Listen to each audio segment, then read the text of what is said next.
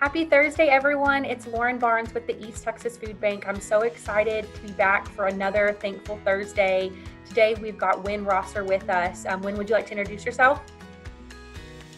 Hi, I'm Wynn Rosser, the president and CEO of the TLL Temple Foundation. So for anyone watching, we cover 26 East Texas counties that may not be familiar with TLL Temple Foundation and your work. Can you give us just a brief overview of it? Sure. The T.L.L. Temple Foundation, we're headquartered in Lufkin, Texas, but we prioritize 23 rural counties, 1 in Arkansas, 22 in Texas. We're a private family foundation that was begun in about 1962 by a woman named Georgie Temple Munns, a daughter of T.L.L. Temple, the foundation's namesake. And Mrs. Munns had a pretty direct thing she wanted to do. She wanted us to enhance the quality of life for rural East Texans. And so since 1962, that's been the foundation's purpose. Our mission is to work alongside rural communities to build a thriving East Texas and to alleviate poverty by creating access and opportunity for all. And so we focus a lot on the words thriving, opportunity, and access. Because one of the things that we find over and over again across our rural communities is that there's a lack of access to so many of the things that will allow families and communities to thrive. I love that. And that kind of falls along right in, I don't want to take too many words from your mouth, but, a lot of the core values that we have here at the East Texas Food Bank, we believe that every East Texan should have access to the quality food that they need, not only to survive, but to thrive as well. So it's kind of a perfect segue. I would love for you just to give an overview of the recent grant that you made to the East Texas Food Bank and what that work is going to look like in the next couple of years. Well, the recent grant that we made to the East Texas Food Bank is to establish the Deep East Texas Resource Center, which will be based here in Lufkin, but will be focused on serving 11 rural counties that we share out of the 26 that Lauren mentioned earlier with the food bank. And so in our rural counties, we have higher than the state and national averages of food insecurity. And food is probably the most basic of the basic needs.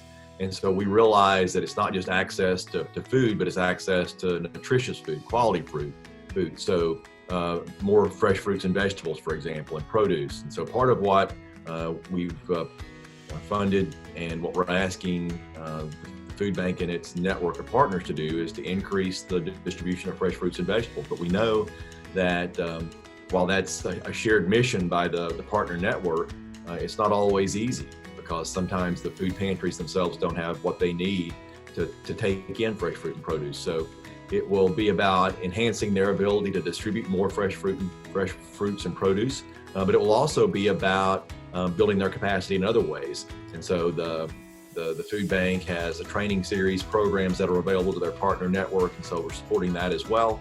And then really the Deep East Texas Resource Center, it is a facility. And so it's a building located in North Lufkin that will be used. I think of it as a sub-warehouse, a place where food can be warehoused, where it's closer to those rural counties. And so the food pantries that don't have a lot of storage space can get food just in time for their distribution when they need it. And in the case of fresh fruits and produce, which often have to be refrigerated, it'll be easier for them to do that in quantities that their facility can handle. And so we're really excited about the physical presence here in Lufkin, the food bank's ability then to serve those rural partners on a more just-in-time basis, and also to have a client choice pantry, a model pantry for food pantries in your network to come in and experience and see how that works, so that clients can choose the foods that are best for them and their family based on their own individual needs and dietary restrictions. Do you want to talk about, too, I love the part of the Deep East Texas Resource Center that's the wraparound benefits assistance and all those other services that, if you're a low income or poverty level family, not only do you need access to that, basic human level need of food, but most likely you're going to have other interdependent needs as well. Sure. That's one of the things I think that's most important, Lauren, is that it's the families that are qualified and eligible to visit the food bank often have other needs. And so the food bank has a way of helping those families sign up for other public benefits. So SNAP, WIC, the Workforce Commission perhaps might office at the Deep East Texas Resource Center as well. The Greater East Texas Community Action Program has an office there. So it's a place where you can come to access services beyond just acquiring food. And that was one of the things that was really important to us as well, is that families may not know that they're eligible for some of the other assistance that's available, but we really are encouraged by the way the food bank is able to help families navigate that process and sign up for the things that they're eligible for.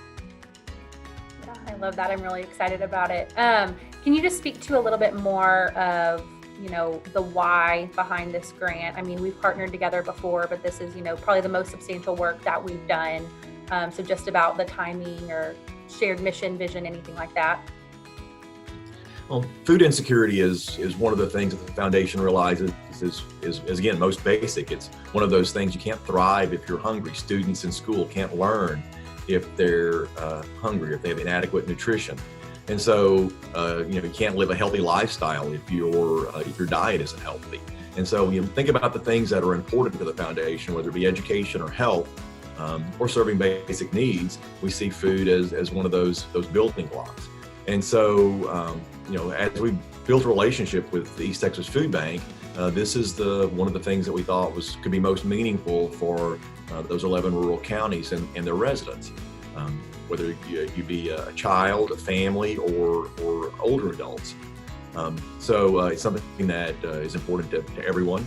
And as we, again, think about the priorities that are important to us, we see food and food insecurity as one of the biggest barriers.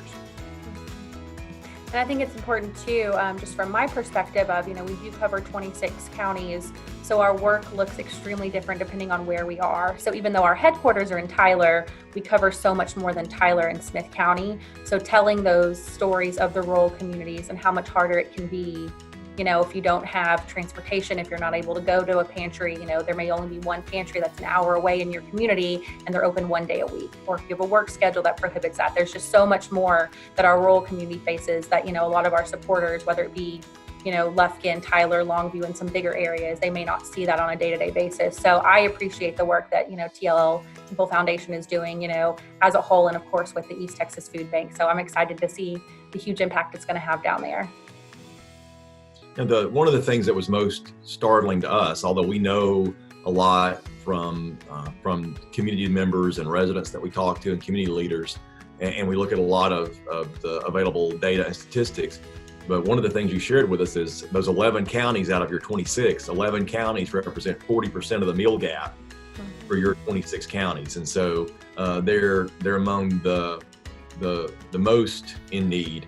And again, that was one of the things that, our founder, Mrs. Munns, wanted us to do. She wanted us to attend to the quality of life issues of rural East Texans. And so we see this as a great fit with what our founder intended, as well as the things that we know are contemporary issues today.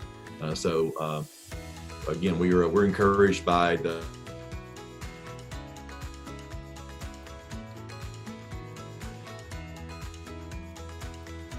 work ahead. We're encouraged that rural communities are sometimes easy to overlook, but the East Texas Food Bank's commitment to rural people and rural places, again, is one of the things that draws us to you and your mission.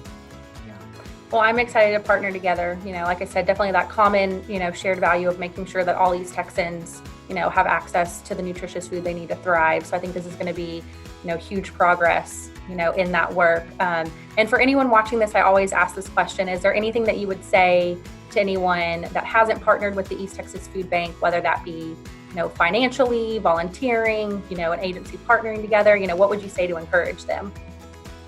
Well, in addition to the foundation being a supporter financially, my family contributes every year, sometimes multiple times a year, to the food bank. It's really easy. You can go online to the website. I think there's a donate now button, and you can take care of that with just in a matter of minutes, and know that your dollars are going towards to helping people that need it.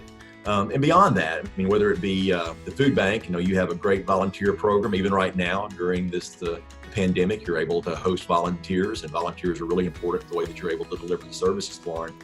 But in that network of partner agencies, they depend on volunteers as well. And so I think there's the financial support, there's the volunteer support to the food bank directly, and then also that network of partners that rely on volunteers, and probably more right now than ever need additional volunteers, given that a lot of the volunteers that support the food distribution are older and retired, and they're the ones most at risk right now. So if there are ways that younger adults and folks with families can pick up that that work. I think that's meaningful as well. My family and I volunteer a few times a year at the Christian Information Service Center here in Lufkin, our large food pantry, and it's really meaningful when you're helping your neighbors. The foundation staff participated in a couple of the large mobile food deliveries right after the pandemic began in mid to late March. And again, really meaningful when you're handing a box of food to someone who you know is going to benefit from it for the next several weeks. So whether it's just financial support, which is what ensures the work continues, or if it's showing up and actually rolling up your sleeves and getting busy as a volunteer, I think there's you see the immediate benefit.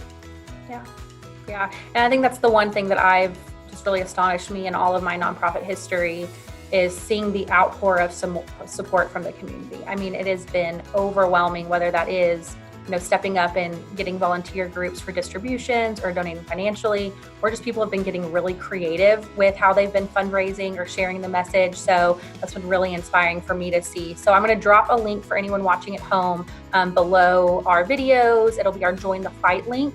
So if you do want to get involved with the East Texas Food Bank and want to look at what those options are or have questions, everything will be right there.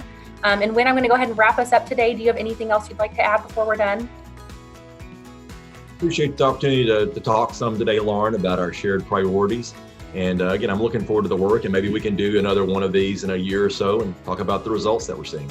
Yeah, I would love that. We can have some, updated from the buildings and progress pictures and stuff. So we'll definitely have to do that, Wynn. I appreciate you so much. Have a great day. I do. Thanks, Lauren.